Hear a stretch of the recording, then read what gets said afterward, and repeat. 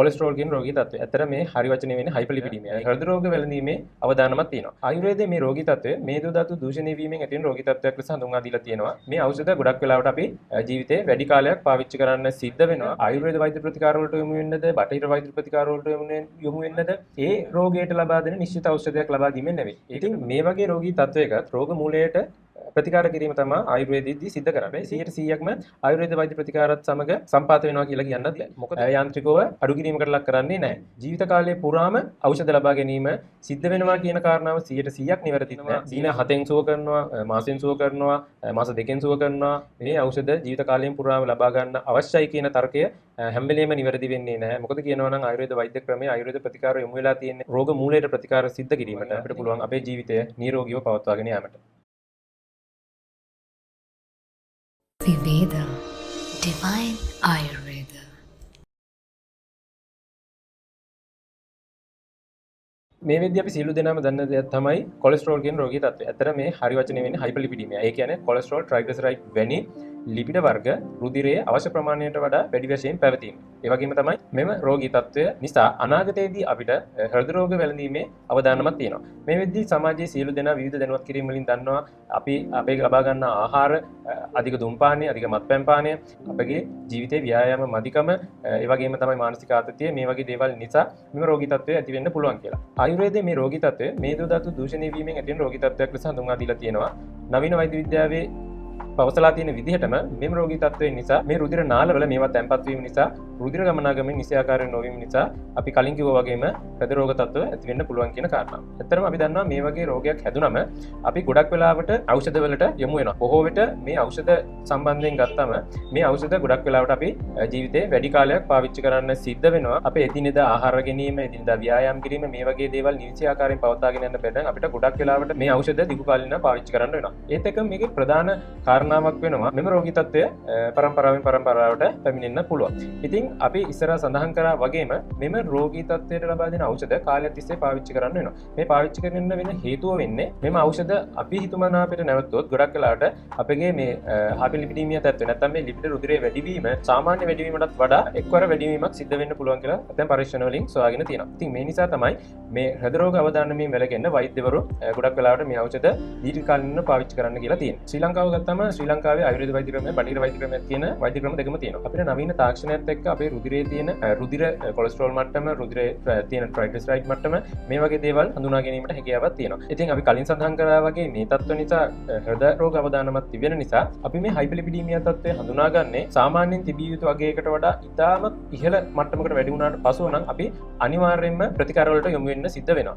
ඒ වගේම තමයි මේක ආයුර්වේද වෛද්‍ය ප්‍රතිකාර වලට යොමු වෙන්නද, බටහිර වෛද්‍ය ප්‍රතිකාර වලට යොමු වෙන්නද මේ වගේ දේවල් ගැන ගැටලුකාරී තත්ත්ව ගොඩ දෙනෙට තියෙනවා. ඇත්තටම ගත්තොත් අපි ආයුර්වේද වෛද්‍ය ක්‍රමයේදී රෝගියාට ඖෂධ සපයන්නේ රෝගී තත්ත්වයක් නිර්ණය කිරීමෙන් පසුව ඒ රෝගයට ලබා දෙන නිශ්චිත ඖෂධයක් ලබා දීමෙන් නෙවෙයි. ඒකට බලපානවා රෝගියාගේ ප්‍රകൃතියත්, රෝගයේ තියෙන තත්ත්වයක්, ඒ වගේම තමයි රෝගියාගේ සාමාන්‍ය එදිනෙදා ජීවන කටයුතුත් මේ සියලු දේවල් වගේම වෛද්‍යවරයාගේ අත්දැකීම් මත ආයුර්වේද වෛද්‍ය ක්‍රමයේදී ඕනෑම රෝගයකට ප්‍රතිකාර ලබා දෙන්නේ රෝග මූලය. නැත්නම් රෝග මූලය සුවපත් කිරීම තමයි සිද්ධ කරන්නේ. ඉතින් මේ වගේ රෝගී තත්ත්වයකට රෝග මූලයට ප්‍රතිකාර කිරීම තමයි ආයුර්වේදයේදී සිද්ධ කරන්නේ. ඉතින් මේ වගේ රෝගී තත්ත්වවල අපි ප්‍රධාන වශයෙන්ම අහලා තියෙන දෙයක් තමයි අපි කලින් කිව්වා වගේම ජීවිත කාලේ පුරාම ඖෂධ ලබා ගන්න ඕන කියන කාරණාව. මේ කාරණාව 100%ක්ම බැහැර කරන්නත් බෑ. හැබැයි 100%ක්ම ආයුර්වේද වෛද්‍ය ප්‍රතිකාරات සමග සම්පාත වෙනවා කියලා කියන්නත් බෑ. මොකද කියනවා නම් ආයුර්වේද වෛද්‍ය ප්‍රතිකාර මම ඉස්සෙල්ලා කිව්වා වගේම සිද්ධ කරන්නේ රෝගයේ මූලයට. රෝගයේ මූලය සුවපත් කිරීම. අපි දන්නවා නවීන තාක්ෂණයත් එක්ක රුධිරයේ තියෙන රුධිර ග්ලූකෝස් ප්‍රමාණය, රුධිර කොලෙස්ටරෝල් ප්‍රමාණය මේ වගේ දේවල් මැනීමේ හැකියාව පවතිනවා. ඉතින් අපි ආයුර්වේද වෛද්‍ය ක්‍රමයේදී සිද්ධ කරන්නේ මෙම රුධිරයේ තියෙන කොලෙස්ටරෝල් ප්‍රමාණය යාන්ත්‍රිකව අඩු කිරීමකට ලක් කිරීමක් නෙවෙයි. මිනිසාගේ ශරීරය සැලකුවම මිනිසාගේ ශරීරය සැදිලා තියෙන්නේ ස්වභාවිකවම සුවපත් වීම සඳහා. ඉතින් අපි ඇත්තටම ඕනෑම ඖෂධ කාණ්ඩයක්, ඕනෑම ඖෂධ වර්ගයක් භාවිතා කිරීමෙන් සිද්ධ කරන්නේ මෙම ශරීරයේ තියෙන ස්වභාවික සුවපත් කිරීමේ ක්‍රියාවලියට තව අමතර සහයෝගයක් ලබා දීම. මේ කොලෙස්ටරෝල් රෝගය ගැන කතා කරද්දී අපි රුධිරයේ තියෙන කොලෙස්ටරෝල් ප්‍රමාණය ආයුර්වේද වෛද්‍ය ක්‍රමයේදී යාන්ත්‍රිකව අඩු කිරීමකට ලක් කරන්නේ නැහැ. අපි කරන්නේ ආයුර්වේද ප්‍රතිකාර මගින් මෙම රෝග මූලයට ප්‍රතිකාර ලබා දීම. ඒ කියන්නේ ඖෂධ ලබා දීලා රුධිරයේ තියෙන ලිපිඩ ප්‍රමාණය අඩු කිරීමට වඩා සිද්ධ කරන්නේ රුධිරයගත ලිපිඩ ප්‍රමාණය ඇතිවීමට හේතු වන කාරණාවට නිශ්චිත ප්‍රතිකාරය සිද්ධ කිරීම. අන්න ඒ නිසා තමයි මම කලින් කිව්වේ මේ වගේ රෝගී තත්ත්වවලට ආයුර්වේද වෛද්‍ය ප්‍රතිකාරවලට යාමේදී ජීවිත කාලය පුරාම ඖෂධ ලබා ගැනීම සිද්ධ වෙනවා කියන කාරණාව 100% නිවැරදිත් නෑ 100% වැරදිත් නෑ කියන කාරණා. මම කලින් කිව්වා ආයුර්වේද වෛද්‍ය ප්‍රතිකාර ක්‍රමයේදී මේ රෝගී තත්ත්වයන්ට ප්‍රතිකාර කරන්නේ ඒ පුද්ගලයා ඒ රෝගී තත්ත්වය ඒ වගේම වෛද්‍යවරයාගේ අත්දැකීම් මේ සියලු දේවල් කැටි කරගෙන තමයි අපි ආයුර්වේද වෛද්‍ය ක්‍රමයේදී ප්‍රතිකාර කරන්නේ. එතකොට ඇතැම් පුද්ගලයන්ගේ ශරීර ස්වභාවය මත අපිට ඇතැම් වෙලාවට අපේ ඖෂධ මගිනුත් අපිට මේ මූලයට නිසි පරිදි ප්‍රතිකාර සිද්ධ කර ගැනීමට අපහසු වෙන්න පුළුවන්. අන්න ඒ වගේ අවස්ථාවලදී ගොඩක් වෙලාවට අපිට ජීවිතේ වැඩි කාලයක් ඖෂධ ලබා ගැනීමට සිද්ධ වෙනවා. හැබැයි 100% සියලුම දෙනාට මේ කාරණාව ඒ විදිහටම බලපාන්නේ නැහැ. මොකද කියලා කියනවා නම් අපිට හැකියාවක් ලැබුණොත් මේ රුධිරගත ලිපිඩ ප්‍රමාණය වැඩි වීමට හේතු වන හේතු සාධකය ඖෂධ මගින් නවත්තන්න නැත්නම් සුවපත් කරන්න අපිට පුළුවන් එතෙන් පටන් මෙම රෝගී තත්ත්වය ඇතිවීමට හේතු වන අනෙකුත් කාරණා පාලනය කර ගැනීම මගින් යහපත් දිවියක් ගත කරන්න. දැන් වෙලාවට අපි දැකලා තියෙනවා වෙනත් ඖෂධ වර්ග වෙනත්